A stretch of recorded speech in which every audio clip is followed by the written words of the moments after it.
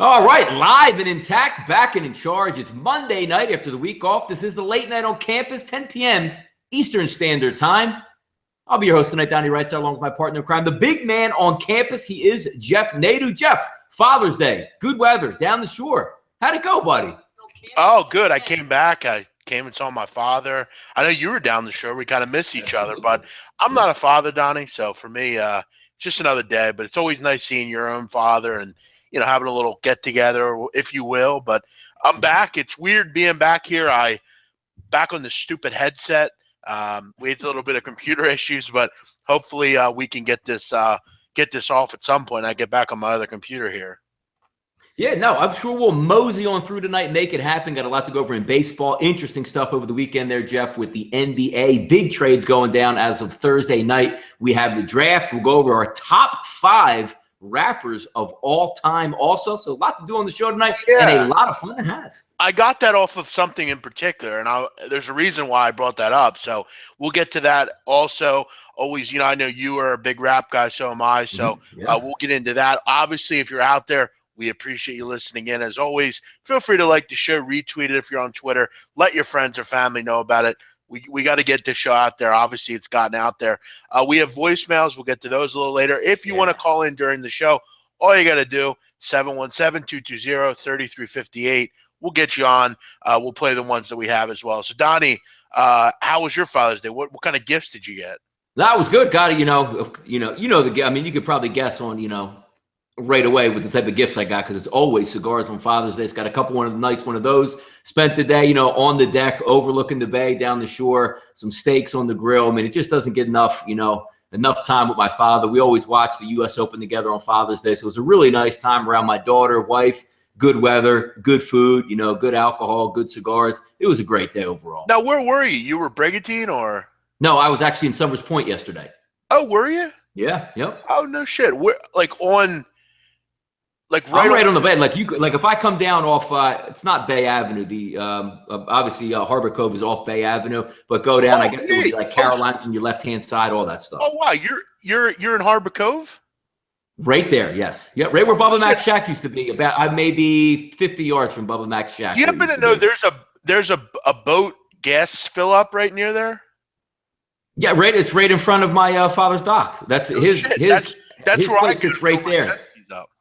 That's where we always used to fill up our boat. Absolutely. The guy there, he's always really cool. That's interesting. I didn't even knew that. No shit. See that? You probably drove by on your jet skis over the years. I'm like, never even knew who you were. Like, look at this guy out on his jet ski right there. Look at that stupid guy out there. Who the fuck's that guy? Yeah, no, that's a small world. I never even knew that about you, Donnie Wright. I've known you forever. I never even knew that. But absolutely interesting. You live and you learn, I guess. But I want to get to this. What a joke. I got the Sixers giving up a pick to the Celtics to move from 3-1. Just giving it up will likely be a top 10, if not a top 5 pick when everyone knew the Celtics wanted Jackson. Stupid.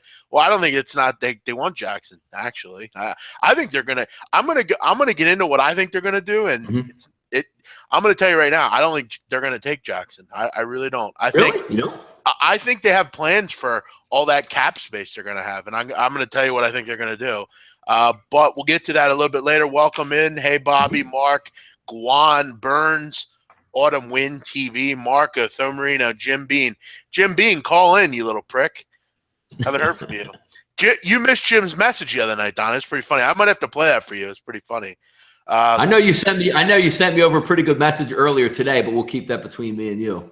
Oh, yeah, which actually we'll get to that, though, a little later. No, Jim Bean. Donnie, remember the other day that Kai called in and called Jim Bean out? Yes. Jim Bean shot fired back at him. So it's almost like Jim Rome's call-ins where they, the listeners go back at each other on messages. It's like Tupac and Biggie. That's what it's like. Yeah, East Coast, West Coast, violence in there. Joe Everett, Mr. Gogster, Kyle Honeysett, Kyle Hamburg, everyone out there. If I missed you, I didn't mean to miss you. Armin, what's up? Armin Van Buren's in here. Welcome. Vitalis, Marcus Woods. Vitalis, why do you always say "rar"? Like, what are you, 6 years old? No, he starts the show. That's his start. Just in the middle of the jungle. He's just ready to go. Funny. But yeah, Yeah, listen, let's not talk about chubby chicks anymore. I'm sick of hearing about that story. I mean, how many times are we going to talk about that same story time and time again? I mean, move on. You didn't fuck her. Move on, bro. Loose cunt. He didn't go. He doesn't come in here anymore. He doesn't like me. But Donnie, let's get into baseball. We've talked too much. Yeah, no, baseball right off the docket. Last week for me, Jeff, heading into the weekend, I was 3-1. Got caught a tough beat on Saturday night with Houston. Then just had a bad one on Sunday with the Indians, where somehow the Twins weren't able to hit. Tonight, I get sacked in here. I guess it's, the time machine back to like 2007 between R.A. Dickey and Johnny Cueto, 2 gas cans this year, which all of a sudden look like they're getting right tonight, which, again, it's baseball season the way it is, hoping for a miracle. Probably won't end up getting it, but that's how my night started tonight. And Jeff, the ominous sign, the storms are rolling in. First and third, first inning, nobody out, nobody scores. You know how the rest of that game goes, right, Jeff? Oh, yeah. It's so typical. I mean, it really is typical. I mean, but that's the problem with R.A. Dickey. And Donnie, you want to get your own advice. You told me you don't ever bet on knuckleball. No, on a side. I never go on a side on the knuckleball, but I'm 3-0 in R.A. Dickey games this year, taking the total, which, again, usually he's good for 5 innings, 5 earned runs. And it looked like we were about to head down that path, but, other things happen.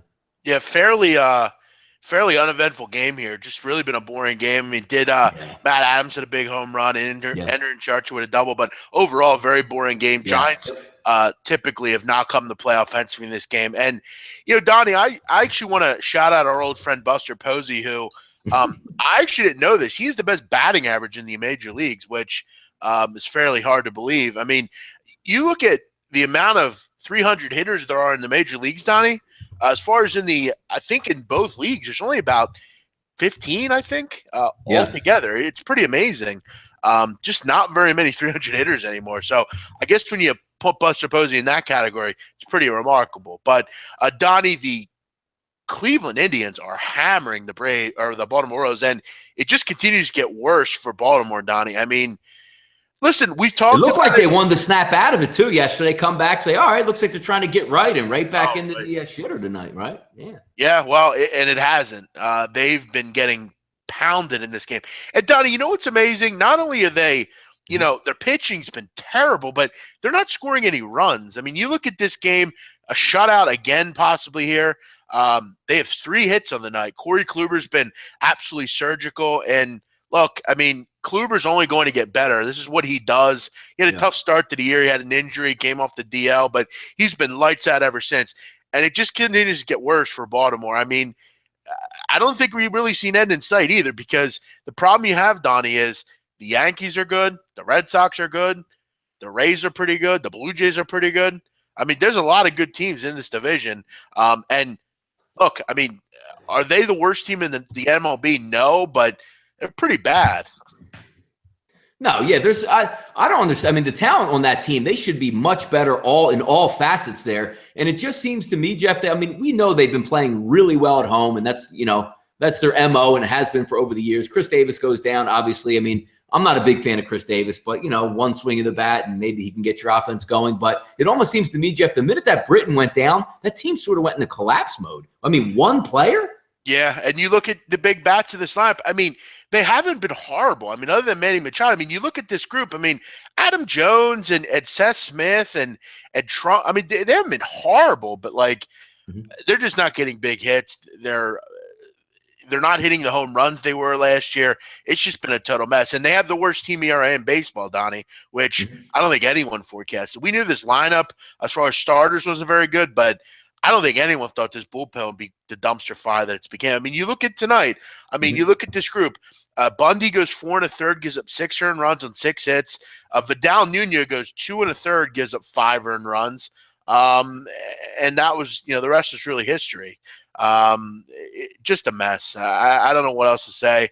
If you're a Baltimore fan, the whole betting on them every game, I stopped with that a long time ago with them at home. I mean, you had to kind of see the writing was on the wall for this team. But, yeah, the Baltimore Orioles are really bad right now, really bad. Yeah, it looks like Kyle Hamburg says, big man Donnie, serious question. With all the top meatball pitchers or DL or on the DL or retiring or saying they're done. Also, Cologne, Weaver, Arroyo, who are the next grade of pitchers we're going to pick on, like that top 3 to 5? Yeah, I'd have to take a look at that to see that next, who's going to keep that gas can mode going, so to speak. But that's actually something yeah. we'll take a look at tomorrow. We'll do a little up and comer of the gas cans coming up. I have plenty that I'm actually looking at onto that. Big man, when is the next Confederations Cup video coming out? Yeah, by the way, Donnie, Yes. we murdered the Confederations Cup, me and everyone Nice. at Bankroll. I think we had one wrong pick, and I think it was Martin and I both gave out Ronaldo to score a goal, and he didn't. But other than that, we have been murdering that competition so far. So we'll get into that. We're filming it tomorrow at 2 o'clock, I believe. So it should be out, in the afternoon sometime. It'll be live, actually, so you can join us at 2 o'clock. Jeff, not to question your judgment, but I swore you would have taken Dodgers run line. Was it not real valuable? Look, I'm not laying 140 on a run line. I'm sorry. I mean, I love Kershaw. I mean, I know that. But, again, I'm not – when you're getting to those prices, look, I'm not going to do it. It's just tonight I'll take a night off from the Dodgers. This is what it is. I don't think the Mets are a terrible team. They're a better team on the road offensively than they are at home. And Zach Wheeler's been pretty good. So, tonight is one night where I'm not betting the Dodgers. But, Donnie, I don't mean to rain on anyone's parade here, but I'm murdering baseball right now. And I know it's good. Yeah. You have been as well. I think you've won every week other than maybe last week. But I've been 7 weeks so far, 6-0-1. So I haven't had a losing week out of 7, but so we'll see if we can keep that going. But I know, yes, you have been hot as of lately. Yeah, definitely faded Annabelle, the animal. Yeah, a lot of people faded him tonight. I didn't, but my play's actually in the Houston-Oakland game, so we'll see what happens there. Let's get into the rest of the card here, Dottie, then we'll drip and drab into the rest. Cincinnati up 7-3 on Tampa Bay. Jake Odorizzi was not particularly sharp in this game, but neither was the bullpen. Alvarado came in and gave up 3 runs. Danny Farquhar gave up a run. It's just really hard, Donnie. This team, Cincinnati, they're a really tough team to gauge. I mean, you look at their rotation every night, they throw in some kind of gas can or some sorts. And, some nights they play well, some nights they don't. Tough to gauge the Reds right now. Yeah, they have the capabilities to hit, which they're back to hitting tonight, 7-3. That game went over the total. Looks like, again, just about every game is either on. I mean, obviously there's 2 or 3 games, one which I'm on, which is pissing me off. But again, overs just are going to rule the board again tonight. It's just sometimes you have to take the right end of it. 11-0 in Cleveland, 7-7 the Miami game, 7-3 Tampa, 8-1 in Milwaukee. Also the Toronto game, the 5th inning, that's already over, 6-5. I mean, most of these games are going to be shootout, but sometimes just get the end of a bad one, and just the way it happens sometimes. Yeah, as far as the comment on the chat box about the Reds bullpen, I disagree. I think they've been one of the saving graces for this team this year. Their pitching rotation is terrible, but I think their bullpen's actually been pretty good. I mean, Donnie, you look at in the major leagues right now, when you have a bullpen at, what are they at? About 350, I think, ERA-wise, that's pretty good. I mean, for the most part, I think their bullpen's been a stark comparison to what it was last year. I mean, last year they couldn't get anyone out, but I think Wiley Peralta did pretty well. Storin, Michael Lorenzen, Blake Wood. I think they've been pretty effective for the most part. What about you? Yeah, Raciel and Glacius as well. I mean, they have some arms in there that are getting the job done. You're right, though. Typically, and especially at home in that ballpark, Great American Ballpark, it's tough to close anybody down, and they don't have those quote-unquote name-type guys, but I thought they've been okay this year. I think as far as from what they were doing last year, I mean, they were probably the worst bullpen in the major leagues as far as overall. Reds, like baby steps you got to take, right? Right. Reds were a nice live dog. That price was out of whack. I didn't get involved with that game. I don't get involved too often with the Blue Jays. Just not the Blue Jays, the Devil Rays. I'm not a big fan of that group, but at home they've seemingly been a better bet. Washington and Miami, a wild game here, Donnie. Yeah. This game was, I think, 6-6 after the 3rd inning. I know was it 6-0 too? Like Washington was way out ahead early in that game. Yeah, Washington was up 6-0. Then in the 3rd, the Marlins scored 6. Justin Bour grand slam. I know this thing we do. Our friend on Twitter, he had the over first 5 in this one. Very nice call by him there. Yeah, I mean, you look at Roark. He got crushed 2 2/3, gave up 6 earned runs. Justin Nicolino wasn't much better. I mean, Yeah, he was coming back off the DL too from that Phillies game. I think he got hit in the trying to bunt, got his finger tied up there, got hit with a fastball, but he came back to nothing. I know he had a good start or two at home, but I mean, you get what you get on a lefty. I mean, the Washington's going to rake you down for the most part when they throw a good lineup out there. Yeah, I mean, they've been an over casher too. Yeah. I mean, obviously with that bullpen, and look, outside of Strasburg and Scherzer, I mean, their starters are nothing special. So Yeah. a nice bet if you took the over. You took the over, and this one was over in the third inning. So a nice call if you took that. Pittsburgh, Donnie, is crushing Milwaukee. Nice offensive night tonight from them. And Garrett Cole, Donnie, has been very impressive. You know, this Brewers team is an irritating team, Donnie. I had them over the weekend. I had them on Friday night. They got the job done off the home runs. They kind of were able to do some good things there. A big 3-run home run, but they were down 4-0 that game. Saturday, I took them again in a parlay. I tied them up, only to lose. They lose to the Padres tonight. Another poor effort. What's up with Milwaukee and Cincinnati, Donnie? Two annoying teams that are hard to gauge, aren't they? I like betting. I mean, typical Milwaukee. I mean, their bats usually come to play. I mean, yeah, what's up, man? I'm going to jump off onto my other computer. Give me a minute. Yep, that's fine. No, we'll go over the Pittsburgh-Milwaukee game. Typically, I've been able to ride Milwaukee there with the overs. Usually, they got some good bats out there. They're going to be roundabout. But Garrett Cole looks like he was good tonight, 8-1. Looks like they closed up 9.5, depending where he shopped around. But that game is probably going to hit the over, too. Cincinnati-Tampa Bay just went down there. Asan, good evening, everybody. Check out the chat box there. Autumn Win TV works now on the fade list. I agree. I mean, what more or less, he's just your average pitcher. Kyle Honey said off day for the Phillies, BMOC, and Donnie can't even vent today. I mean, they suck. They're going to suck again tomorrow. Let's take a look, see who they got. I mean, Hellickson's on the mound. He's been getting bloodied up. Mike Leake is the type of pitcher that may be able to finesse around that Phillies lineup, but they don't hit for anything, and they don't do a goddamn thing. Just waiting on some of those AAA players to come up here. Jim Beam says BMOC went to take a shit. Either that or maybe he's getting the pizza out there. You know, he's not watching the show right now, so we can sort of jab him a little bit there on that, as we like to do. Guan White, I feel you, Kyle, but they're killing the game right now. Say it again, big man. The Brewers are irritating. They are an irritating team. I get it. I mean, sometimes, you know, that top 3 pitching core that they have, I like to stick with it. When Ryan Braun gets back there, they're going to have a pretty formidable lineup, but they're just rotating through trying to get the younger guys in. Brinson's got called up there. We'll see what he has to offer. But again, they're just in that holding pattern. I know they're up there in the NL standings, but we know that's not going to last too long once the true teams kick it into overdrive. Donnie, what game you on tonight? I'm on the over in the Atlanta game, embarrassing enough. So I'm going to open up this week 0-1. So we're going to have some work to do getting back to another winning week. What happened to Estrada? Man, he just hasn't been that good. I saw the stat there, which is changeup. Obviously is his best pitch and what he likes to use the most there. So it just isn't working. And he had a nice lead staked out there. And before you know it, I believe it was 5-1. And then before you could blink an eye, it was 6-5 in that one. So anytime you're looking at those Toronto type games, I mean, both those teams bring bats to the ballpark. Globe Life, you know, each and every team can hit once they get down there. Donnie, you do a great job. Thanks, Bob, man. I appreciate it there. Brewers have been decent against left-handed pitching. They have. I like their hitting lineup. I mean, Travis Shaw's been on fire. Domingo Santana's a good bat, you know, just running up and down. It seemed like Eric Sogard was damn near hitting 600 for about 3 weeks. And I mean, it's about time that he's going to cool off. Got some injuries in there that they're trying to work through, obviously with Braun, and VR, I believe, is still out and on the DL. So, I mean, kind of tough things like that. Burns, thinking about Judge. Everyone coming back for the Mariners this week. Segura, Felix, another pitcher, can't remember. I believe that's Iwakuma that should be coming back as well. So the reserves are coming back. We'll see how that is. Vital said, Donnie, I am on a high holding pattern too right now.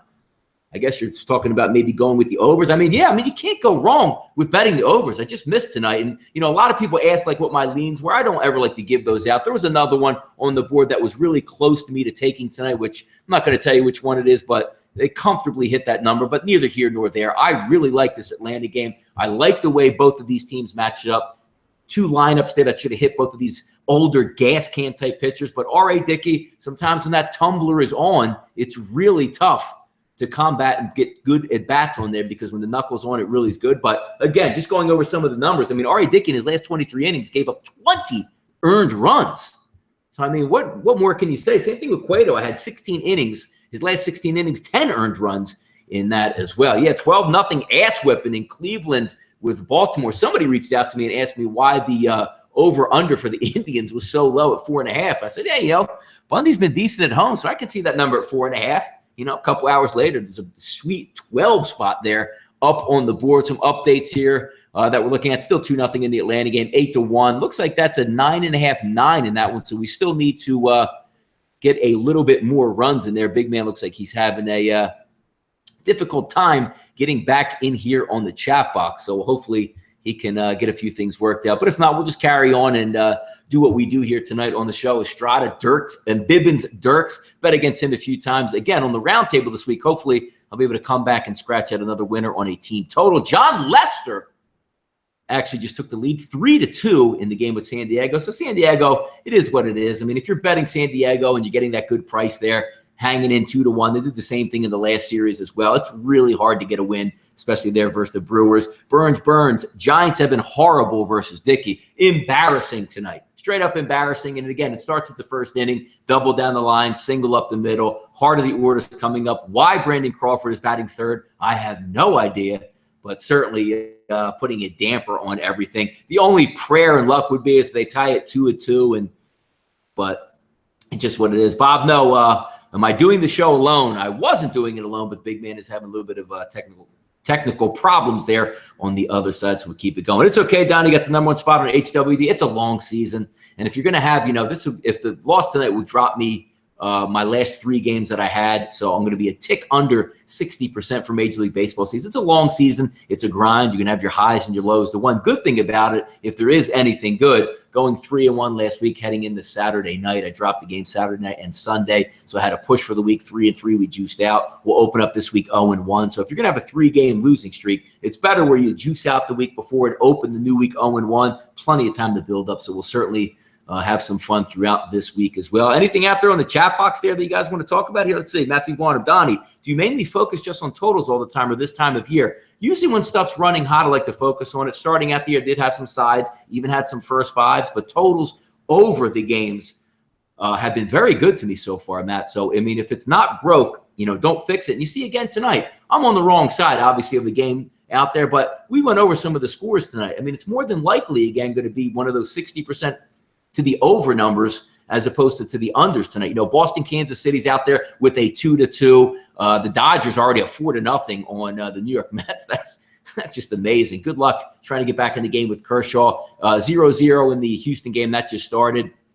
But the majority of the games are going over. But again, I mean, that's what I like to look at, what's going hot. See, we got there Gogster out there. Thoughts on Tehran going up versus Matt Moore tomorrow? Boy, has Matt Moore been awful. I mean, he's had some decent starts in San Francisco in AT&T Park, but that's a big pitcher's ballpark. Usually the heavy air out there, ball doesn't travel well. It's really big. He might struggle tomorrow. We all know the struggles that Tehran has had this year at home, especially there in Atlanta. So, I mean, I can see something like that. If we take a look at some advanced lines and advanced numbers out there, Matt Moore, Tehran, you're going to have a 9 out there. Looks like we got the big man back. You ready to go? I don't know what the fuck. fuck. There you go. Look at that. We're back, man. Come on. Man. I don't know what the hell's wrong with this fucking Google Hangouts tonight, Donnie. I got to tell you. It kept saying you're not allowed to join the call. What the fuck do you mean I'm not allowed to join the call? I am the fucking call. Blacklisted over there, man. Damn it. Yeah, it's always something, man. I don't know, but I'm still on this. Whatever. Okay. Welcome back to the show. I had my laptop here and I was trying to use that instead of this fucking dumb headset, but I guess I'll have to use it for just tonight. But, I saw the Dodgers are up 4-0. Nice start there. Yeah, Cruz, hey, look at that. Another run line. But, again, you're right about that. I mean, would you like to take the run line? Sure, but there's a point where taking the run line, there's not really any value, so to speak, in it. Remember that stat for Clayton Kershaw, too, Donnie, after he gets 4 runs. What's that? He's on 191-0? Yeah, or something like that. Probably. Yeah, you're right. Yeah, absolutely. So, I mean, if you have the run line, you might be golden. But I guess can he stay in the game to the 7th, 8th inning? Because the bridge to Herrera is a little, not Herrera, Jansen's a little rocky right now. But that's live and learn. I mean, their bullpen's going to be fine long term. They have, to me, probably the second best bullpen in baseball. So I think they're going to be good, just fine. Yeah. Keeping up on the docket, Jeff. We're just reviewing some of these games, how they're going. Looks like bottom of the 9th now, 7-7. We'll see if Miami can tack one on for the winner there before they go to extra innings. Boston, Kansas City game looks like that's headed for an under 2-2 with a total of 9.5.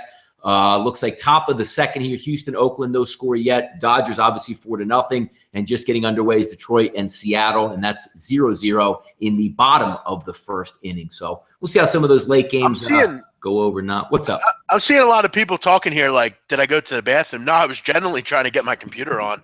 I would never when I go to the bathroom, it's almost like an event. I get my my iPad. I would never go right. You never go in there empty-handed? Nah, not usually. No. Yeah. Dodgers have won the last 8 starts, and Kershaw pitches about to make it 9 more likely. Yeah, I mean that line. I mean, Donnie, that was I think one of the first 300 lines you've seen this year. Amazing. That's a ridiculous. I was trying to see how obviously Wheeler's not as good as Kershaw. We all know that, but I mean the Mets have some bats and they can hit decent. But I mean if you're going to spot a 4-0 lead right away, you might as well just they're probably better off, Jeff, just throwing the second baseman just to throw batting practice the rest of the game, because it'd be hard pressed. And I know it's only the first inning and we've seen crazier things, but again, it's like giving a football team a 35-0 lead at the half. If they lose it, it's just a massive collapse. Yeah, we'll see what happens. But obviously, other scores, Detroit and Seattle, scoreless end of the first. Houston, Oakland, 0-0 at the end of the first as well. By the way, it's interesting, Jeff. I have this Cleveland game up on my TV. It's 12-0 in the 9th inning. Smart move or not to have Kluber still in the game at this point, trying to get a complete game. Any point to that since he just came off the DL? Very stupid idea, but I guess, I mean, look, he has had rest. I mean, he was on the DL for a number of weeks, so he hasn't pitched the amount of innings that everyone else has. Look, I mean, why waste bullpen arms? I don't know. I don't really get it, but they had 17 hits tonight, Jeff, the Indians. Wow. They actually out-hit them 17-3, 12-0 complete game shutout for Kluber. That's embarrassing down there. I mean, he's only had 108 pitches, so yeah. Really impressive stuff tonight. Chicago in a dogfight with San Diego. This San Diego team's annoying, man. They're a really irritating team. I mean, their lineup on paper looks horrible, but they hit a lot of home runs, man. Who are we talking about now? I'm sorry, San Diego. Yeah. No, it's a sneaky little lineup they got, San Diego. I mean, they're actually playing decent baseball, but they just, there's a big disparage, between Chicago and between most of the league when they match up against San Diego. They only have so many bullets in the chamber, so many pitchers to get out. It just seems like they're in a lot of these games, Jeff, where it's, nip and tuck going on late, but they just don't have enough weapons to get over the top or at least hold the lead.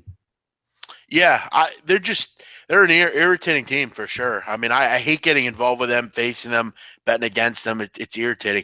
Big man, what play do you have in Houston? I'm on the over 9 in this game. Gossett. Yeah, come on. I'm sure Gossett will pitch amazing against Seattle. By the way, Jeff, I mean, that's the baseball card for tonight. I mean, we'll keep an eye on. We'll keep you updated throughout. But there's some interesting topics to get to tonight. I know, Jeff, there's a lot of NBA heads out there. One of the, biggest trades, maybe, would you say, to ever go down before the draft, the number one pick being moved in this type of draft. It's a lot of fun. Yeah, you don't see these too often, Donnie. I mean, especially right before the draft. It's usually during the draft or during free agency or whatever. But yeah, it's not often. And I think when you and I talked, I told you I thought this was a done deal. I just listen. I mean, the Sixers had to go this route. I mean, I know people will say they gave up too much or whatever, but the truth of the matter is they need guards. I mean, they can't go into the season with Nick Stauskas and T.J. McConnell as your guards again. And, at the end of the day, Markelle Fultz is the best option as the guard. So looks like we have yet another technical problem, Donnie. Would a Monday night, the week, what, our computers take off over the weekend on us or what, man? I guess. I don't know. Give me a second here. Yeah, dip in and dip out. No, but we'll keep going on that. I mean, me and Jeff, I mean, you saw us butt heads there. I believe it was Saturday when we did the show on the right side of campus, just going back and forth overall and what we thought. I was against making the move for Markelle Fultz for the Philadelphia 76ers, going from 3-1 with the Boston Celtics. The reason being is I didn't really want to help out the Celtics long-term and help power them. But as the trade went down and you look, because, I'm thinking Danny Ainge might ask for like Saric or, Robert Covington, and we want the next 2 draft picks, and we're going to have a choice in that. Sounds good, Jeff. Yeah, no, I was just leading them off there going, about what we were talking about with the Fultz deal, why I was initially against it, because I thought you're going to help the Celtics out. And when it turns out there, I thought it was a very fair trade for both sides, because you still have the glimmer of the hope for the Sixers where both of those picks now are protected. Whereas if you get the number 1 overall pick, it's going to be yours. And even if it falls not between 2 and 5, 6, 7, 8 next year, the Sixers still get it. So it wasn't a monster haul by the Celtics, which I thought it might have needed to be for the Sixers to jump up to number 1. Yeah, and again, I mean, I think as Donnie, the trade, it's been a couple days now. I mean, are you starting to see that this has had to be done? I mean, no, I agreed all along that Fultz is the best pick for the Sixers. I mean, can we all agree on that? You know, I mean, it was just the way that they were going to match up and go back and forth. That's the way you had to have it. But I didn't know what it was actually going to take to give up. And from what I see now, I'm on board with it, because obviously it's going to help the Celtics. They're going to get ammunition and maybe make another trade or just take Josh Jackson. And next year, there's a lot of bigs that are going to be in the draft and they need that. So I understand it's going to help them. But for what the Sixers actually gave up, I like the trade for the Sixers. So, Donnie, you're actually serious in saying that. I saw you tweet today that you actually tweeted it to Jack Fritz. Jack Fritz, who works at WIP. I know him as well. You actually wouldn't tweet or you wouldn't trade Dario Saric, Jahlil Okafor the number 1 pick next year, another number 1 pick to the Pacers for Paul George. You wouldn't do that? You're serious? No, because Paul George is a 1-year player, and that's not what the Sixers need. The Sixers don't need somebody for 1 year. If you're saying you would do that deal, and before he's even allowed to be a free agent, you know, they say, okay, yeah, I'm coming to the Sixers. I'm signing 5 years, $200 million, or whatever his maximum would be. I think it's a little bit less because they didn't make the All-Pro team, which is kind of hilarious that's what determines it. But what it was, I would agree. I would say yes at that point, because he would be exactly what you need. But I can't risk and say, let me just give these people up. Let's play next year, and maybe we'll be pretty good. And then you leave, and now I don't even have a good draft pick because my team was good. We'll re-sign him then. No, that's what I'm saying. No, I need the guarantee before that. I can't have him running around out there and getting wooed by Los Angeles and who the hell ever out there, because I need to protect my investment. If he comes in the trade and he signs a deal immediately and agrees to it, I would love that deal, but I don't think he's going to do that. Now, Phil Marino, how do you know if Fultz is a star or not? I mean, how do you know? You don't know everything. Again, I mean, you think you do, but you don't. You have no idea if he's going to be a star or not. I'm willing to believe that he will be better than you think. You'd rather keep Covington and Saric, backup players, than give a top 10 pick that might be a top 5. I'd rather keep the pick. Your thoughts? And what, as going with Paul George? Right. Yeah. I'm not sure what you're actually saying there. You want to clarify that? Griffin gone. Gilbert, don't tell LeBron and his wife she just wants to move to LA permanent. It's a done deal with Bron to LA. No, it isn't. It's interesting that LeBron wanted Griffin to stay. Gilbert not renewing his contract might be part of growing rip between LeBron and ownership. Yeah, if he leaves again, he's a complete crumb. If he leaves again, that's a crumb move. You can't leave again. And LeBron is the G. I mean, are we getting something confused here? Like, is it the GM Griffin? Like, did he do some kind of great job? Because when LeBron is there, they're good. When he left, they sucked. So am I missing something like him moving on? Isn't it LeBron just telling the owner, this is the guy I want, and sign him? I don't care what the dollars are. Just make it work. Like, I must be missing something with Griffin. Yeah, I hear you. I mean, was it hard to pick Kyrie Irving number 1? Was it hard that LeBron came home? I mean, what are we missing with David Griffin? What did he do? When LeBron left, they absolutely sucked. And he picked Anthony Bennett. So what are we talking about? Oh, Gilbert, you mean? No, yeah, I mean Gilbert the owner, but I'm talking about Griffin the GM. Like, people say, like, "Oh man, that's disappointing. He's leaving." And that's like, what the hell's wrong with? Like, that's the same thing with Danny Ainge as a draft GM. I mean, he's a horrible GM. He's a horrible drafter. Yes, correct. I mean, he literally had Rajon Rondo was like his only number one pick that's actually worked out. I mean, no one's worked out for him. I mean, he got that Boston trade done with the Brooklyn Nets, which was downright larceny, but. Yeah. Look, I'm a Sixer fan. I'm worried about the Sixers going forward. I'm worrying about, obviously, Donnie. What about Kevin Love? I mean, I wouldn't mind Kevin Love on the Sixers. No, yeah, but here's the problem with Kevin Love, Jeff. By the time the Sixers actually looking to make that move, by the time they're looking to make that move, I think he's going to be old and possibly broke down. You know, the bad back. And is he going to be there in 3 years still able to play at the high level that he can play at now? That's what I would worry about most. I think Kevin Love's a very good player. And if you're saying, you know, Kevin Love in 2 years is still going to be playing at a high level, I might change my tune, because keep in mind, he makes a lot of money, Jeff, but he got his money before these massive extensions came out. So when you're looking at 6 years at 110 million, whatever he's at, that's a bargain compared to what you're 6 years, 200 million now. So I will say he addresses the need for them, a shooter, and he's a four. Oh, stretch four, absolutely. Which you need. I mean, he can't be serious with this comment. He just said that Covington can't defend. Covington's their best defender. Who said what? That? He's one of the best defenders in the league. What are you talking about? Yeah, he's a good defender. Stop that. Man. That's the only reason he's on this. Can't defend. What? I'll agree with you. Sarge can't defend. Sarge is a needly defender. That's one thing about Sarge I can't stand, and wouldn't be mad if they got rid of him. He is not. He's a good player. You can't just get rid of Sarge. No, he's a good player, but he can't defend. That's a great point. But to say Covington can't defend, that's ridiculous. Yeah, Covington's good. Covington even learned how to shoot the three decent. Like Covington's the type of player every NBA team needs. A defender out there that can pop the three. I mean, that's what you look for. No, I agree. I don't mind Covington on the team. So I want to talk about Jeff. I know, because we're from the Sixers perspective. Let's talk about a little bit from like the Celtics perspective there, because I know you have a lot of thoughts on what they're looking to do with that three spot. Go ahead and give your opinion on that. I think, why not package your stuff to get something together? Why not say to the Bulls, listen, is it clear, Donnie, they need a point guard? Is that clear? For who, the Bulls? Yeah. Yeah, what are they doing? What's the deal with Rondo out there? Is he coming back for another year? They don't have a guard. So what I'm saying is, why not package Isaiah Thomas, throw in Jay Crowder, throw in two first-round picks, something like that, for Jimmy Butler. Get Jimmy Butler, take De'Aaron Fox this year. Well, are they giving up the 3 pick for Jimmy Butler also with Isaiah Thomas? Well, I don't know. I'm not sure. I'm not sure what the particulars of it would be, but why not? Let's say to them, hey, we'll give you Isaiah Thomas, Jay Crowder if you want, and a first-round pick. And they say, no, we don't want that. Okay, take the Kings pick too. Give us Jimmy Butler. We have all that money to go out and get someone else, maybe Blake Griffin. You have De'Aaron Fox. Yeah. And he's already – this is clearly, obviously, next year you do this. But you draft De'Aaron Fox in the notion to think that you then don't have to pay Isaiah Thomas all that money. You have a backup or replacement for him.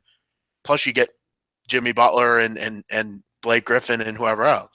Now, what are you looking at from the Pacers side with Paul George there? Can you flip? Would Danny Ainge look for Paul George to go there? And also the other part of this is, how is Paul George going to fit in with the Cavaliers? Am I missing? They don't really have draft picks. Are they going to give away Kevin Love and Tristan Thompson or something? Yeah, you can't just add him, can you? I don't think. He doesn't come across. You're not going to get him for free, Plus, to me, he's your star. He's not a second fiddle player. To me, but as far as calling him a bum, that's a little ridiculous. Paul George is a really good player. I don't know what some of these people smoke at night, but I don't know if it's a passion out there, man. I don't know if it's stuff they should be. Covington was great for tanking. He's a D-League player. No, he's not at all. He's a good defender. Covington actually came really out of nowhere and developed into a good NBA player. So, he was probably part of the original tank where you didn't know what you would get from, but he's a good basketball player. What are you talking about? They would have to trade the number 3 pick for Butler. They wouldn't be able to take Fox in. No, I'm talking about – maybe I was saying it wrong. I was saying give away, do this down the road, I'm saying. And also, Jeff, I tweeted earlier today with this game or with this scenario here, why would Paul George – obviously he says, I'm opting out of my contract because, he doesn't want to be there, obviously. And he says he's going to leave. But if you're him – why don't you just wait till the end of the year, and whatever team you're going to doesn't have to give up anything? Like the whole Melo deal. When Melo was such a stupid knucklehead and wanted to get to New York so bad, he said, Denver, I'm not re-signing with you. So at the trading deadline, Denver trades him to New York. New York guts their team, and Melo goes there. I just don't understand that whole thing. If you're going to go somewhere and you're going to go somewhere, just sit it out. And just wait till the end of the year. And that way, if you go to the Lakers and they have, D'Angelo Russell, then you can flip them to something that can help you, as opposed to flipping D'Angelo Russell for Paul George and something else. Yeah, that's going to be a shitty season next year if you're Paul George because he's gone anyway. So it's like, I mean, you're just kind of. It's like you're a senior in high school and you have a month of school left. It's like, well, I mean, you're not going to do anything. It's kind of a waste of time. Yeah, Yeah. I don't know. I don't know what they're going to do. If he goes to Cleveland, that would be fucking ridiculous. That would be brutal. A big man, that would never work because Bulls have to move Butler now. They want Jackson and Butler. Okay, well. Yeah, there's a lot of moving parts that are going to take place this summer. But I do think it's kind of funny where, now Cleveland is angling for like a Jimmy Butler or a Paul George or whatever they're trying to do with that. It's almost like, I mean, LeBron is a fantastic player. And if you want to argue Jordan, him, one and two, whatever it is. But it's kind of funny, like the ammo race is like, all right, you got him. Now I need it. Like, it's almost like both teams need all pros at every position. And it's just going to be a titanic battle again. Okay, so if you're the Celtics, then send Crowder, Isaiah Thomas, the third pick this year, and you have your, don't worry about the pick next year. Just the pick this year. Put in Terry Rozier for a year. Next year, take your guard. For who? Celtics? Yeah, I mean, the Celtics probably want a big next year, don't they? There's a decent big draft. Well, but what I'm saying is you can sign a veteran at the league minimum as your backup. You're going to have Jimmy Butler. You're going to have capable players. I mean, you have Avery Bradley. I mean, go out and get a veteran that can kind of plug the hole for a year. Next year you have, you still have a number one pick. And then in 2019 you have a number one pick. So I don't know. I think they should do something because I think Jimmy Butler would fit them completely and really well, but we'll see. Looks like Warriors will part ways with Iguodala. He's going to test the market, which you would expect he would. I'm not sure why he would. Why not just stay there? It's going to work. Cavs need a different coach, someone who can show them how to play defense. LeBron handpicked them. I mean, LeBron handpicks these guys, so it's not that whole organization is run by LeBron. So I like how he sits back and always makes those passive aggressive Donovan McNabb comments, like, "Well, I'm not the GM, and they don't really consult me that much." Bullshit, LeBron. Who are we kidding here? Boston gets Hayward and Butler. They're still fucked. They can't rebound or protect paint against LeBron. They do need the big. They do need a big, man. Yeah, they'll get one. Donnie, you need a slam for Nancy Swanson. Well, maybe you'll get one. Yeah, it's great. Kyle Lowry. Maybe he'll even not strike. Kylie Lowry is a free agent. His name's Kyle. Are you thinking of Kylie? Bobby's head's in the gutter thinking of Kylie Jenner. Yes, he is a free agent, and that's a big haul to give to Kyle Lowry, who I think is pretty overrated personally. But I'm sure the Sixers will somehow overpay. They better not go anywhere near that guy. I mean, okay, if he's going to come for like a decent price, 5 years, $50 million, I'm all for it. But don't give me I'm opting out because I want a $190 million contract. Get out of here. Tennis boy, it's time to use that. You start facing the music that maybe you should just start worrying about tennis because your basketball acumen's not particularly good. Robert Covington is actually a pretty good 3-point shooter, and he's a very good defender. I don't know. Are we thinking about the same person here, tennis boys? Because you have some agenda against Robert Covington. I'm just not seeing. Who was it? Anderson? That maybe he's thinking about Anderson they got from Dallas in the Noel trade. I guess I don't know because he. Yeah, is that who maybe you're talking about? Justin Anderson or Thiago Splitter or something. I have a future of all future bets with a buddy that no team in Atlanta will win a championship in the next 10 years. Falcons are pretty good. I mean, but you might have something there. What was the price you got on that? Let me do a call in the next 5 minutes. Let's do some call-ins. Let's not worry about what we're doing. We'll get to them. Calling. They're not calling me. Bobby, you didn't call in. You're not the producer. Jim Bean, did you call in? Did Jim Bean call in, Donnie? Did you? I don't know. Did he? I got to see if he did. Donnie, let's get to our top 5 favorite rappers. Yes, come on. I was watching. So let me tell you, Donnie, what happened. Yeah, so basically, I knew Sunday was Father's Day, and I knew I had to be home. I knew I had to. What my mom did on Father's Day, which is a little different, is she cooked we had brunch, basically. It was like around noon. So I'm sitting at my house after I do the show. I went out on Saturday to get some gifts for my dad, and I'm sitting there and I'm thinking to myself, I should probably just clean this fuck up and go the fuck home because I'm gonna have to do all this shit tomorrow, and I really don't want to. So I leave to go home the shore at like 6 o'clock. I get home like 9 o'clock, and I had to go to the store and all this shit. Before I get home, it's like 10 o'clock. And I'm sitting here with nothing to do. I'm waiting for the Kovalev fight to come on. And you know what movie was on, Donnie? Well, go ahead. What was it? Get Rich or Die Notorious? Trying. What was it? Oh, yeah. I like it. Okay. 50 The Cent. 50 Cent movie? Yes, absolutely. And I hadn't seen it in forever, basically probably since it came out. I mean, I really liked the movie. I was a big 50 Cent guy. I was watching that movie, and I really liked that movie. Didn't you ever bring the book bag down to the Mercedes-Benz dealership and just throw it to him and drive off the lot? Yeah, he actually, but a little before that, he goes to the car dealership, and the car dealership's like, don't put your hands in the windows. You want to work here? And he's like, nah, I'm going to buy it. And he goes, well, get your license and money and come back. He comes back with a bag of money, and he buys the car. That's a really good movie, though. I always enjoyed that one. But so I was thinking about like who our favorite rappers were, because I know, Donnie, you're a rap guy. Absolutely, man. I'm a '90s R&B guy. It's what we grew up. And I have a feeling your list will consist of Jodeci, and even though they're not rappers. No. They say we can do that another night. I was just listing like rappers, not R&B, but we can do R&B another night. That's because Donnie does that like little update video every week, and he has like some really groovy funk music on there. Yeah. What is that? Now, see, you know what the thing I always ask for, and I'm an older. I'm not that much older, but an older generational guy.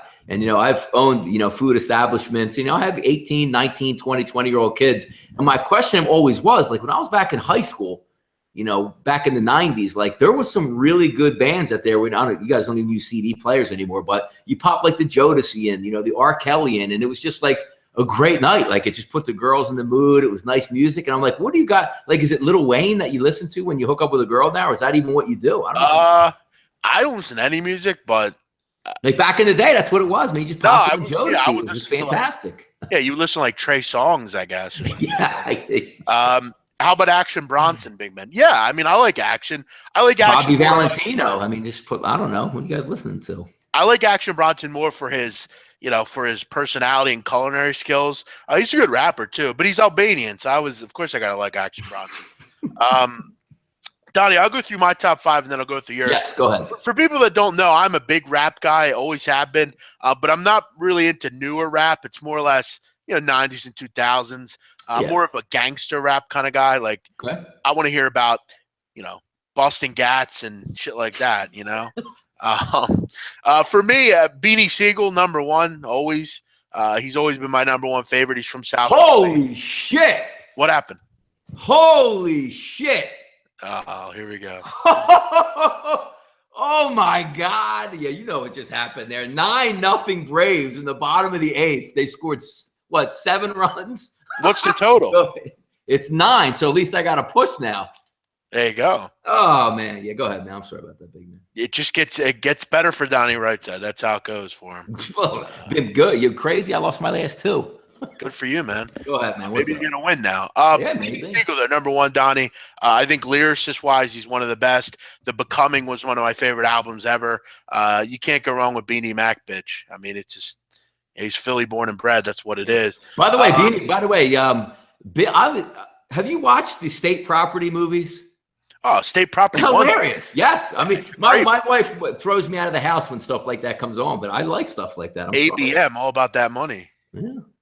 You either get down or lay down. I mean, that's what it was. Was. Yeah. Yeah. Dude, it's funny. I heard an interview with Memphis Bleak recently, and he was in that movie, if you remember. Memphis Bleak was in it. Yeah. Keno and Sparks, all of them were in it. Yeah, it's a great movie. Jay-Z was in that too, and he was like one of the gangsters in the cars or something like that as well. Damon Dash was in it. Damon Dash. Yeah. That's a great – State Property 2 wasn't as good, but State Property 1's a classic for sure. Number 2, definitely Hova. I mean, for sure. Obviously Jay's more of a businessman now, but I mean, look, the Black Album, Reasonable Doubt. I mean, pretty much for me, Donnie, everything up before the Black Album was pure gold from Jay-Z. Pure gold. By the way, talking about his Reasonable Doubt is probably, a top 5 album for me all time. When I was this was, the summer of 1996. I just put that on repeat for the entire summer. It's my favorite album by Jay-Z. I mean, you just look at the amount of tracks he put out that were just fire. I mean, everything. I mean, Dead President, Song Cry, even like the newer shit, like whether Rihanna and shit, some of those hits. I mean, Can I Live, Public Service Announcement, Big Pimpin', Dirt Off Your Shoulder, Hova. I mean, Hovey Baby. I mean, there were just so many tracks that he put out that were just fantastic. I mean, can you name a song by Jay-Z, Donnie, that you didn't like? I mean, there aren't many. No, no, and I mean, he's obviously going to be on my list when we go up, but he's one of those guys that came right in. I mean, I remember listening to him, throughout my senior year of high school, back when he was just a young guy, man, really young. When Reason Without came out, it was one of those albums didn't get that much hype to start off because nobody really knew who he was, and it was awesome, fantastic album. Paid in Full, best hood movie of all time. I don't know about best hood movie of all time. Who's in Paid in Full? Huh? What was Paid in Full? Paid in Full. It's Cameron's in it. Wood Harris from The Wire's in it. He was in Remember the Titans. It's like in Harlem. It's a good movie. I don't know if it's the best. I think the best hood movie is probably, I don't know. I love Juice. Juice was one of my favorite movies in the 90s. No, I agree. Dude, honestly, I always loved State Property. That was always one of my. I love State. It's so funny you said that because again, we're about a decade apart. But when the movie comes on, or I remember watching it back then, it's not the best acted movie, obviously. But I still enjoyed it. I enjoyed it. It's definitely not well acted at all. But and it wasn't even filmed in Philly, which is always kind of lame. But I mean, honestly, Get Rich or Die Trying was really good. I liked that movie a lot. I mean, I was always a big fan of that. Belly's a good movie. No, you son of a bitch. Go ahead, man. Thrown out at home, huh? No, they didn't round him. Come on. Oh, well, go ahead, man. But yeah, no, there are a lot of good hood movies. That's actually another good topic we could talk about. 3, Donnie, 50 Cent. I mean, I think 50 Cent's a guy that, I mean, Get Rich or Die Trying was a fantastic album. 50 Cent really, it was all about 50 Cent's struggle to me, really. I think what he kind of went through is amazing. 4, Styles P and Jadakiss, 4 and 5. Styles P is a guy up top that I think is extremely underrated. Gangster and a Gentleman was one of the best albums I've ever heard. Freeway was very close for me. Several others. Fabulous was up there. A Biggie. But for me, these top 5. Donnie, I did include underground Philly people, which they would probably lead my list. Reed Dollaz and Joey Jihad and people like that. But not Joey.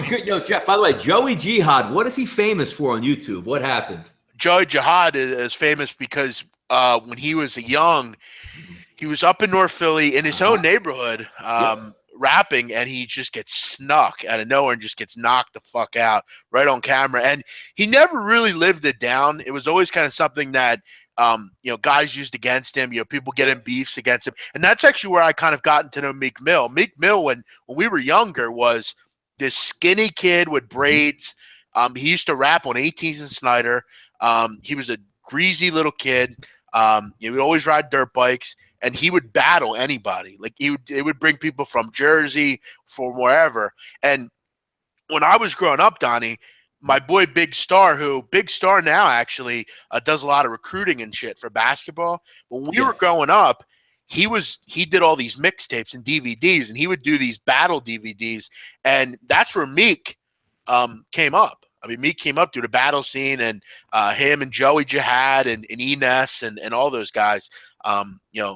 That was, and when I was growing up, that was like the golden era, man. I mean, that was just amazing. I always remember at the Joey Jihad thing, he actually pulled up in his car and they goaded him to get out of the car and rap a little bit and filmed it. And he got sucker punched from the side. They're robbing him. You can actually hear somebody get in his car and drive away. But the interesting story about that one, Jeff, the guy who sucker punched him was a former Golden Gloves boxer. And 3 days later, he died and got shot.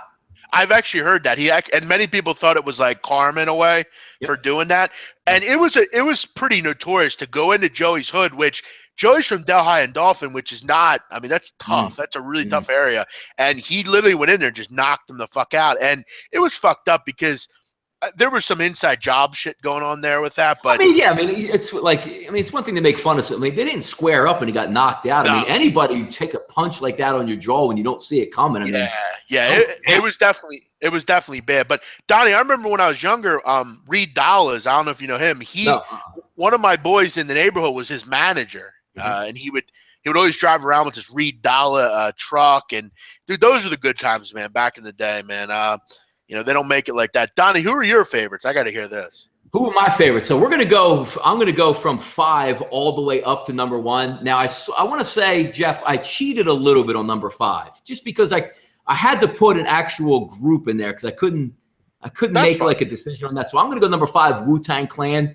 And again, it's funny. Like I'm a couple months away from 40, but all through the 90s there, I mean, that's who we listened to. I mean, whatever album was didn't matter. Even when they spun off together, that's why I didn't want to say like the RZA, the Jizza, or anybody else on the side, Ghostface, Raekwon. I just kept them all together. I loved the Wu-Tang Clan, and they were notorious for putting out double LPs with like 50 songs that you could just listen to and just let it go in rotation.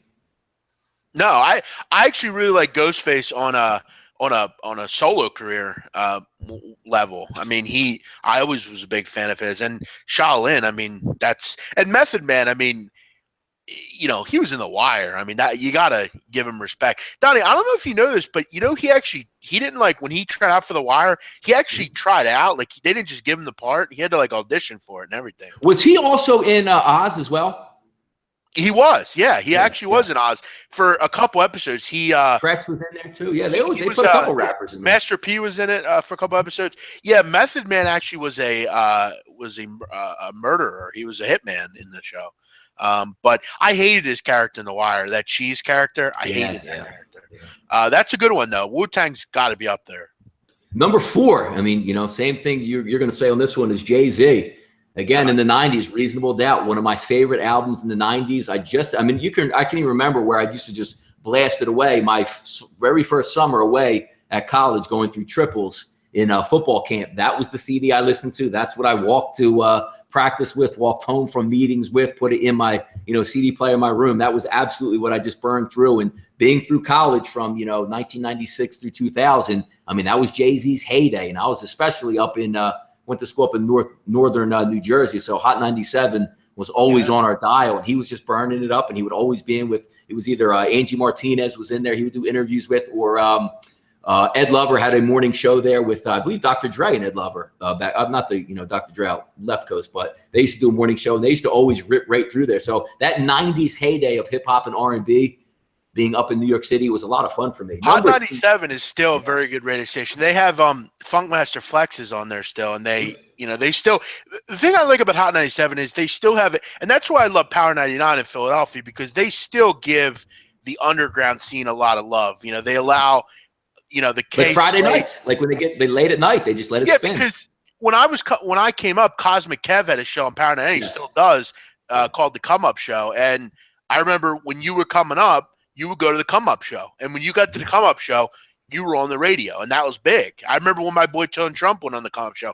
That was like the precipice of coming up. And they've always been able to do that. Funkmaster Flex, DJ Clue, Funkmaster Flex, K Slay, all of them. It's, I was always a big underground guy, so I always loved Hot 97. Yeah, number 3, Jeff, will go with Paul Wall. Nah. Someone said we're not giving any love to anybody in the South or the West, so I just had to throw that out. No, actually, I'm going to throw out. You can throw out Paul Wall, who I got to say, Sitting Sideways was a good track. I mean, that bumped in my car for sure. Maybe I can't even believe I just remembered that name on the fly real quick when I saw nobody down south. I was just like, let me just get a South rapper. Well, I'll throw in a couple. Paul Wall, Slim Thug. I don't know anything about it. Yeah, like the what was it? The No Limit crew down there. Yeah. I also throw in who else do I got down there? Baby was down there. Who else? Juvenile, Dem Franchise Boys, Webby. Yeah, I love all together. Little Wayne back then. Yeah. West Coast. I'm not from the West Coast, so we never really fuck with no one over there. I like Dr. Dre, obviously, but I mean, we never really fuck. What's kind of funny with that, big man, is I was one. Wu-Tang Clan got my number 5 guy out there, but it was really close to going with Snoop Dogg, because when I was in high school in the early 90s, when Doggy Style came out, that was one of those albums, Jeff, like we sang, you could put it on from the first song and go all the way through even the interludes where they were like, messing around, where everybody knew damn near every word of that. The same thing with Dr. Dre's Chronic. They both just missed that list where I put Wu-Tang Clan in. That's a good one, Donnie. Mystical. Mystical down south again. No, he was No Limit, wasn't he? Take it fast. Watch yourself. Yeah. Mm-hmm. Oh man, Pablo. Yeah, that's the big timers were one of my favorites also. Manny Fresh, uh, Yep. Busta Rhymes. I was never a Busta fan, really. I was not a Busta. I'm saying that's interesting because just about every one of my friends love Busta Rhymes, and I never got into him. He rapped too fast for me. Yo, yo, yo, yo, yo. I Yeah. will say, You I know? will say though, I fuck with 3 6 Mafia in Memphis. Yes, they were fun, and they had their own show on MTV for a while, which is pretty funny. Riding spinners was my shit. I used to love that. Remember when everyone wanted spinners They on their fly, trucks? all that stuff. Yeah, oh yeah, spinners. Yep, sure. And they had a song called "Dope Boy Fresh" was good. Big L was up and coming. Yeah, he passed away too early. Some of his freestyles were amazing. Yeah, Rob Job after says Donnie, and I met you last night, baby. What's the next line? Do you know the next line, Jeff? When I met you last night, baby. I don't know that. Let's see if anybody else can get there out there. I'm not. That's a good. There's actually now that we're starting to talk about Southern rap, T.I. was a favorite of mine. Fantastic, yes, Rubber Band Man down there. Yeah, sure. Thug Motivation 101 is a great track, great album. You know, he had a song with Jay-Z, Go Crazy, and I love it. Like he had a lot of good tracks on that. Eminem, no, I was never an Eminem guy, even though being a white guy. I had a couple tracks that I liked, but he was just too, just wasn't too much for me. I don't know. Yeah. Sam Gaviglia is a piece of shit. Yeah, I would. Ihsan Zolfagari, he's got it out there. That's so funny. Those Snoop Dogs are just fantastic, man. What's the rest of your list? What's going on with Gaviglio? Oh, number 3 is Nas. Love Nas. Oh, sure. Yeah. Number 2, I mean, we'll give some love to the left coast out there. Tupac. Growing up in the 90s, I mean, he was on everything. He's still coming out with brand new music to this day. I don't know how it's possible, but his tracks, he must have laid down 15,000 tracks and they still get released. I will say this, Donnie. Yeah. I think Tupac was a generational, he was a guy that I think he had a great message, but I don't see it with him personally, but with who? Tupac. I've never been a lot of stuff. I've never been a big fan. I think he's a fraud. I mean, he's an East Coaster. You don't give up on your friends. You're not from the West Coast. You're born in Baltimore. You should, connect with your people. You basically gave up on the, East Coast. Weird Al Yankovic was good. Thank you. What did he cover? He did was cover, but he had a couple. The Michael Jackson, I'm Fat, I guess was one. What was the other one? Gangster's Paradise, but he changed to Amish Paradise. Amish Paradise, yeah. Top 80s women singers. Cyndi Lauper, was she in there? Yeah, Cyndi Lauper would have been a good one there. You probably would have to go like a Belinda Carlisle, like a Debbie Gibson, Tiffany, like those, right? Yeah.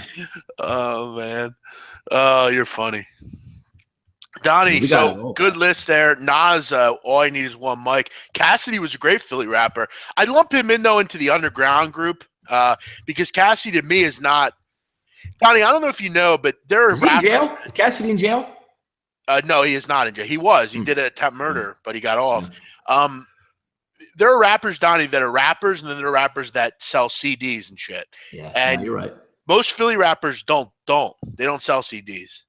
They're mixtapes.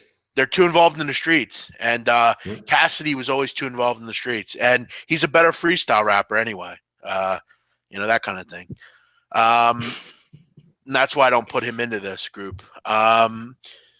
Padres threatening against Wade Davis. Yeah, they're making it tough against the Cubs.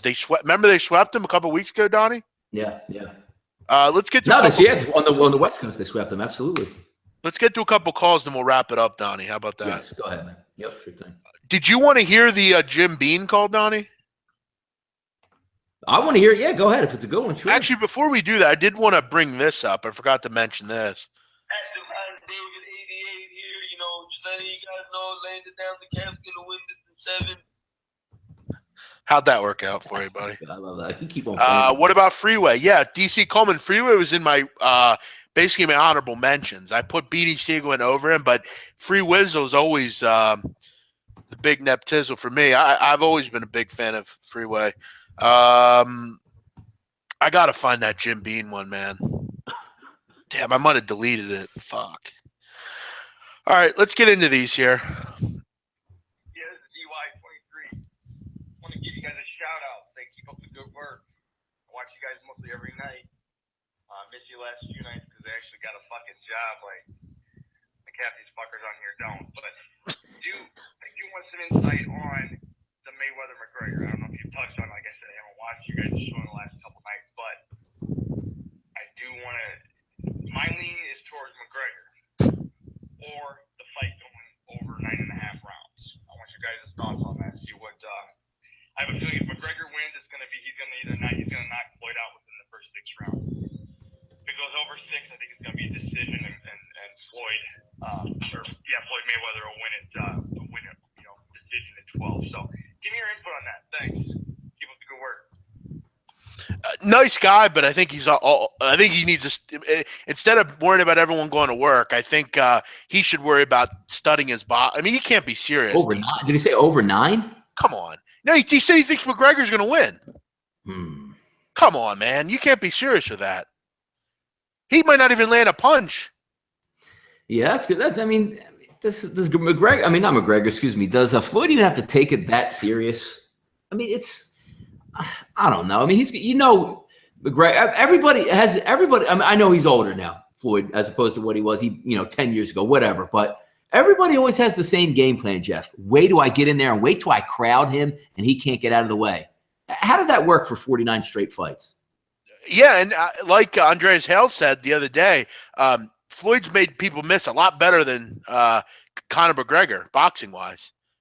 I mean, Canelo Alvarez struggled against Floyd Mayweather Jr.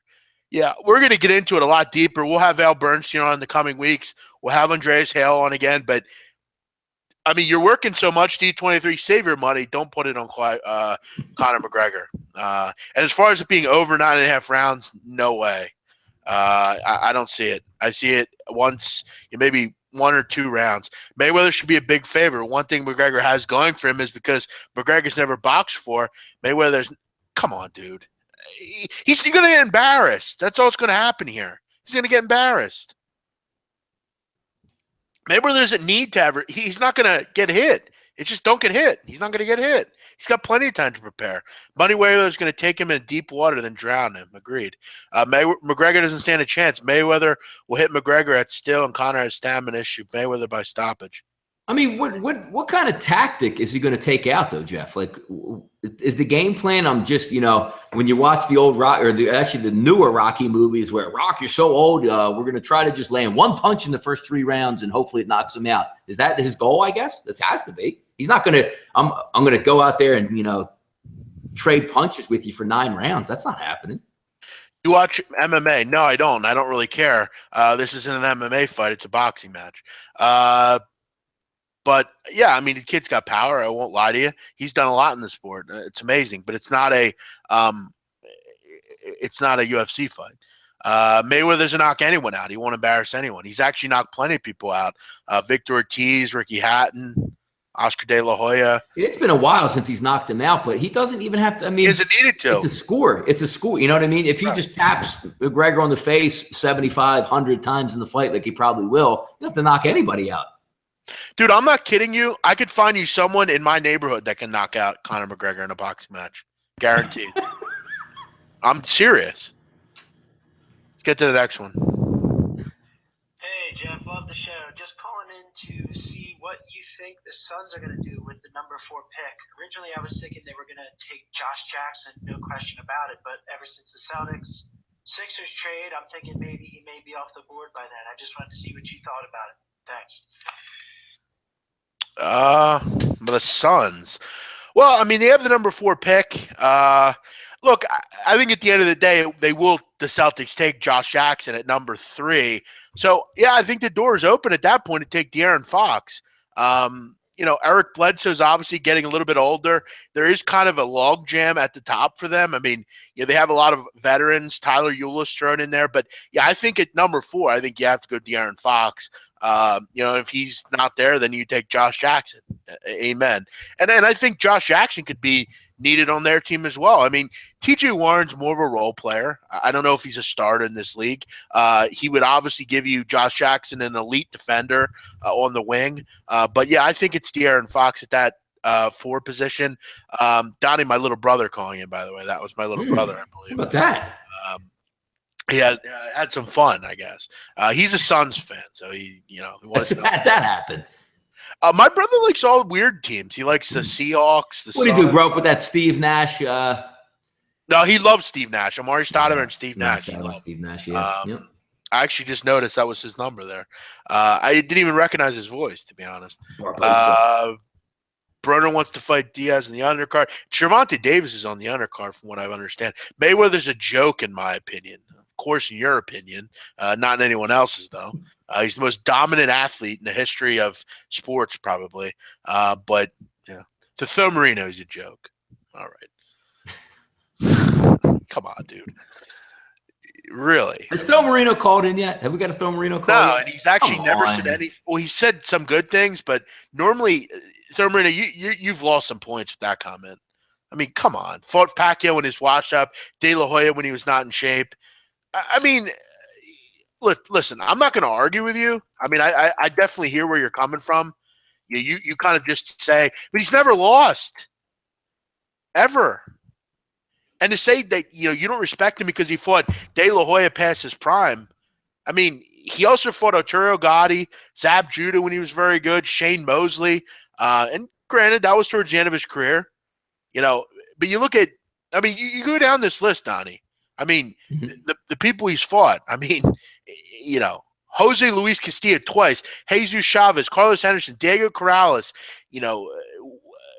Victor Ortiz, Carlos Baldemir, Zab Judah, Arturo Gatti. I mean, and you look at recently. So was Canelo overrated? Was Marcos Maidana twice? Was he overrated? Robert Guerrero coming up, Andre Berto coming up. I mean, are all these guys underrated too? Yeah. Come on. Let's get to the next one. This call, Donnie, I've actually listened to. It is a little long, but it's actually fairly funny. Go ahead. What's up, fellas? This is Burns giving you guys a call. Just want to give you a little shout out. First of all, I'm going to have to give a big man a little bit of grief. My Oakland Athletics 4-game sweep of the mighty New York Yankees. Oh, straight beach slap those fools. Sorry, big man, but those, that's not going to cut it. Can't come to the West Coast and lay eggs, dude. I don't know if they were having a little too much fun in San Francisco or what, but they got the smackdown laid up on. My next little thing is out to all the chat box users. Jesus Christ, can some of you not be so fucking pervy? You guys are scaring me. My God, I would never, ever let my kids or my daughters near you fool. Yikes. But anyway, I guess my last little thing is I'm going to crack SBR, dude. I've been listening to this little late night show. I think you guys have been on for a couple months, maybe 3 months now. SBR, can you kick down a couple T-shirts? Jesus Christ, dude. We get almost 100 views every day and not one goddamn free T-shirt? Fuck, dude. I mean, what are they? They don't have to be handmade in Costa Rica with, the most special little goat freaking fur. Just regular T-shirts. Just regular T-shirts, man. Just give us a free freaking T-shirt. All right? All right. But anyway, to all any new listeners, any new viewers that are checking this out, you have reached the pinnacle. These two guys put in the most work out of anyone in this business, and that ain't no lie, man. They break down every game. I mean, who does that? Who breaks down every game? Not many. All right, so you guys have made it to the pinnacle. Donnie, big man, you guys are the best. Keep on keeping on, fellas, and have a great one. All right, later. Was that Mike Brenner? All right. Might have been. That sounded like Mike Brenner. Was he in Escazú? Was the caller ID from Escazú? It was from the Grand Casino in Escazú. That's a good call, though, yeah. We do need some T-shirts. I mean, what's the good deal? call by him, though. We should have some T-shirts for sure. And I do want to tell him to go fuck himself on the Yankees comment. And he does feel that most of the chat box are pervy, which I think he's talking with Jim Bean and several others here. Yeah, we're not talking about – who cares? Ali was great. We all know that. Yeah. But I mean, we're talking about someone else here, buddy. Ali Boumaye.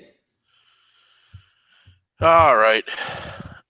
That'll just about do it tonight, huh? Brenner, coming to you with the Brenner blast. You know Whoops. what? Sorry. Played that by accident. But all right, guys, we're gonna wrap it up for tonight. Got a couple games of progress here. PM, Jeff. We got a huge any day games tomorrow? No, probably not on a Tuesday. No. Yeah, a lot no to day. do tomorrow. A lot to do. Wife beater with extensive police record. Yeah, but I'm sure there's plenty of athletes you root for that you don't bring up. Jim Beam with a good call. Boxing is gay. Who cares? Good comment. Thanks.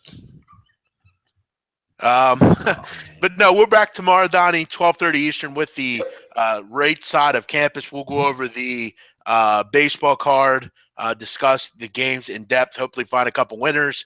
I'll also be back at 2 o'clock Eastern with the bankroll. We'll go over the Confederation Cup games, which I will toot my own horn. We've murdered us and those guys over there. Also, Wednesday, Donnie, we have the roundtable. We'll be on that. And then, Donnie, we have a special show. Actually, I have a special show. 2 o'clock, I'm going to be joined by Jordan Sharp, an SBR contributor. We're going to go over some NBA draft props, do a little mock draft, stuff like that, and go over that. Big Man on Campus, do you like the late night or right side show better if you had to pick one?